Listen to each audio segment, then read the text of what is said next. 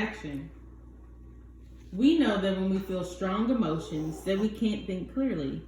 I want to give you a visual of what it looks like when our amygdala is hijacked by strong emotions. Let's take a moment and try an experiment.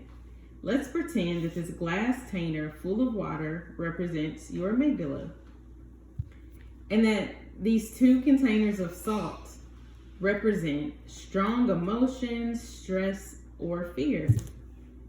When we're feeling strong emotions, stress, or fear, we can't think clearly. And those things begin to hijack our amygdala. So when we add things, Brooklyn, do you want to add something? What can we add to our amygdala? Salt. What does your salt represent?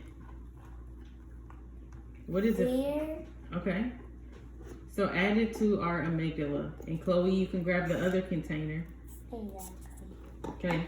What are you putting into your amygdala? I am scared of thunderstorms. Okay.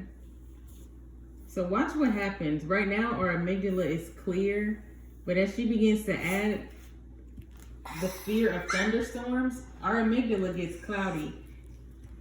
And Chloe's going to add something. I have a big test tomorrow, and I forgot to study.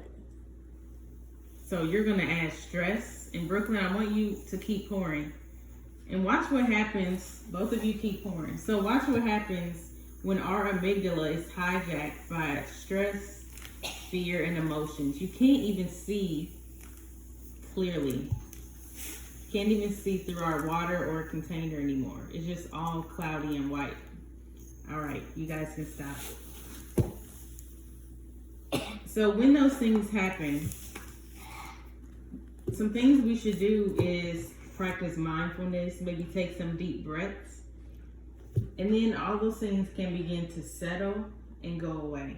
And if you look really close at the container, you can see that that bottom layer is starting to get thick. So our amygdala is starting to calm down. So I want you guys to take a sharp breath because you want your amygdala to calm down so that you can have control over it.